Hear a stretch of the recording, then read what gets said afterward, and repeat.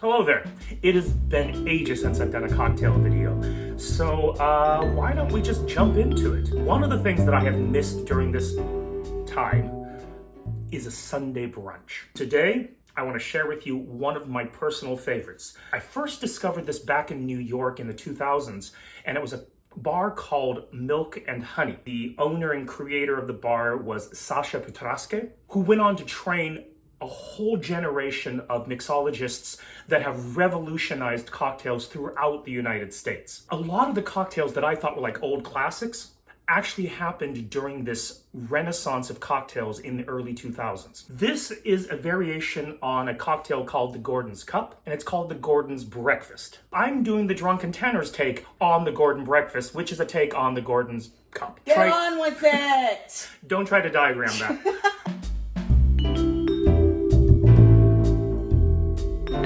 Oh no, I'm gonna try to diagram that, and if I can make it work, then we'll superimpose it here over. One of the things I've done is the original is a 2-ounce drink, and I had to make it a 3-ounce drink because, well, me. In the original, you kind of put all the ingredients together with the lime, which are supposed to be in wedges, and you shake it all and you pour it directly in. I'm doing a double strain so that it's a very clean drink. The hot sauce he recommended is very different than sriracha. Sriracha is hotter. So you have to be a little bit more careful with that. So I use a little less of that. And I use more Worcestershire sauce than the original recipe because, you hush. I like Worcestershire. So the first thing we're going to do, and I will say you can probably do it in a classic martini Shaker? You can probably do it in a classic martini shaker, but I would recommend using a Boston shaker because it's just, you have a little bit more flexibility in dealing with this drink. Cucumbers. And as you can see, I've made 4 fairly thick. You got a runner. Let's go for 2 more there, and we'll clean that up later. The other difference for me is instead of just putting in lime wedges, I am juicing the lime. And I'm using a small one. If you have a really large, especially large lime, I would maybe use a half or maybe 2/3. It's enough out of the peanut gallery. You made me think of Princess Bride, the rodents of unusual sizes. So it's a lime. It's a lime. US. Yes, a lime of unusual size. It's a louse. Lime of unusual. You also want simple syrup. I'm using basically half an ounce or 50 mils. Okay, now that is all in there. You're gonna want to muddle it. Muddle it. Yes. The muddler. I am the muddler. And as you can see, that's all now basically muddled together, which is what we want. Using a bar spoon, I have my sriracha, so I'm going to do a little bit of that. And I'm just basically using 1. If you like yours a little hotter, that's your choice. Go with God. I found like the sriracha overtook the drink a little too much if you did too much. Now, here's my question. If somebody, had all those fancy hot sauces and stuff around the world, if somebody wanted to use that, is that a source any hot sauce is okay? No. Okay. What I would say is any hot sauce that you like. Because the thing is, you probably have a flavor profile of what you really like with hot sauce. So if you're going to make a cocktail like this, where the hot sauce is not featured, but it's definitely a flavor in there, I would go with what you like best. There's no wrong way. Okay. The next thing is gin. And let me tell you, because you're going to use 3 ounces, if you think for a second you can do this with vodka, no.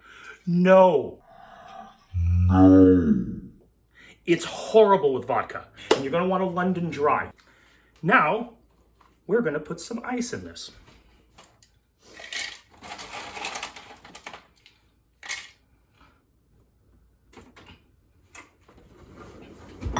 I have prepped my glass. I have this square ice, and literally I've just stuck slices of cucumber around it. And because it's so cold, once you put the cucumbers on it, it just sticks beautifully. I'm gonna want to do cracked pepper. And I like the Himalayan pink salt.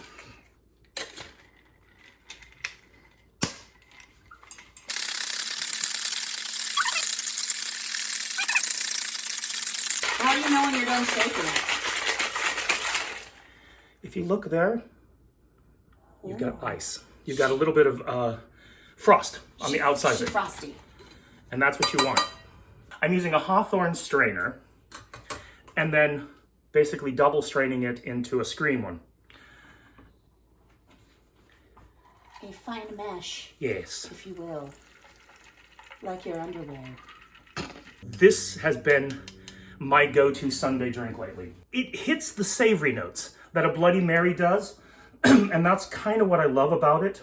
Oh, I like how it's twirling around. It's like your cucumber boat. I want to put a little, like, guy on it, or Bernie. I want to put Bernie and his mittens on top there. Twirling around. And this is my variation on the Gordon's Breakfast. Oh, that is good. It has a very unique balance. What I love about it is you have that salt and pepper savoriness with it, and you've got that Worcestershire flavor that's underneath it. You can taste the citrus, but it doesn't overtake it. That little bit of simple syrup balances the whole drink together. Trust me, I did it one afternoon where I completely forgot to put the simple syrup, and I'm going, why is this not working? User error. As I always try to tell people, I am not a professional bartender. I'm just a professional drinker. Whatever drink is in your cup, if you like it, it is the perfect cocktail. I hope to do a few more of these classic cocktails. Let me know if you like them. I have more videos coming out. There'll be more parodies, more songs, more comic bits, and more cocktail videos. So please stay tuned, subscribe, follow, share, you know, all the normal things. And until next time, cheers, my friends.